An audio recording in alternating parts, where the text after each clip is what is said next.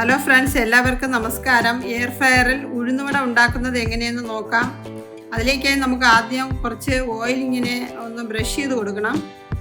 ഇതിനു മുന്നേ ഓയിലിൽ ഫ്രൈ ചെയ്തെടുക്കുന്ന ഉഴുന്നുവടയുടെ വീഡിയോ അപ്ലോഡ് ചെയ്തിട്ടുണ്ട്. അതിൻ്റെ സെയിം ബാറ്ററാണ് ഞാനിവിടെ റെഡിയാക്കി വെച്ചിരിക്കുന്നത്. ഇതേപോലെ കയ്യിൽ അല്പം വെള്ളം തൂക്കിയതിന് ശേഷം ഉരുളകളാക്കി എടുക്കാം.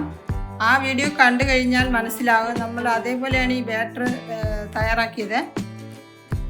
നമ്മൾ ഉഴുന്നുവട ഓയിൽ ഫ്രൈ ചെയ്തെടുക്കുന്ന അത്രയും സമയം വേണ്ടി വരില്ല. ഇത് എളുപ്പത്തിൽ നമുക്ക് റെഡിയാക്കാനാവും.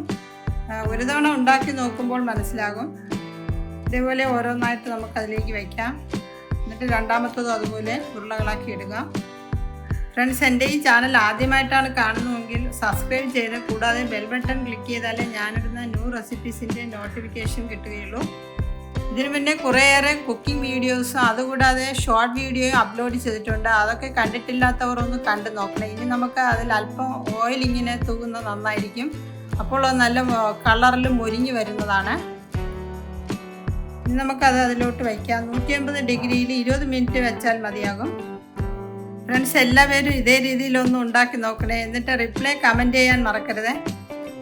നമ്മളതിൽ ഒരു 2 സ്പൂൺ ഓയിൽ ഇങ്ങനെ തൂക്കിയിട്ടുള്ളൂ. നമുക്ക് ഇഷ്ടമുള്ള ഓയിൽ ഇതിൽ ഉപയോഗിക്കാവുന്നതാണ്. വെളിച്ചെണ്ണ ആണ് ഫ്ലേവർ ഇഷ്ടമെങ്കിൽ അത് ഉപയോഗിക്കാം, അതല്ലെങ്കിൽ സൺഫ്ലവർ ഓയിൽ.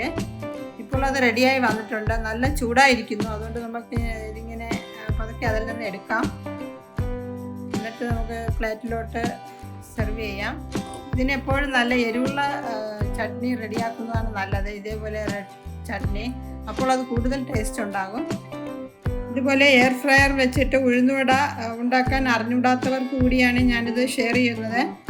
എൻ്റെ ഈ വീഡിയോ കുറച്ച് പേർക്കെങ്കിലും യൂസ്ഫുള്ളായി കാണുമെന്ന് വിചാരിക്കുന്നു. അതുകൂടാതെ ഫാമിലിയിലുള്ള ഫ്രണ്ട്സ് റിലേറ്റീവ്സിനൊക്കെ ഒന്ന് ഷെയർ ചെയ്യാനും മറക്കരുത്. ഇനി നമുക്കത് മുറിച്ച് നോക്കാം. നല്ല സോഫ്റ്റായിട്ട് തന്നെ ഇരിക്കുന്നത്, കഴിക്കാനും നല്ല ടേസ്റ്റാണ്.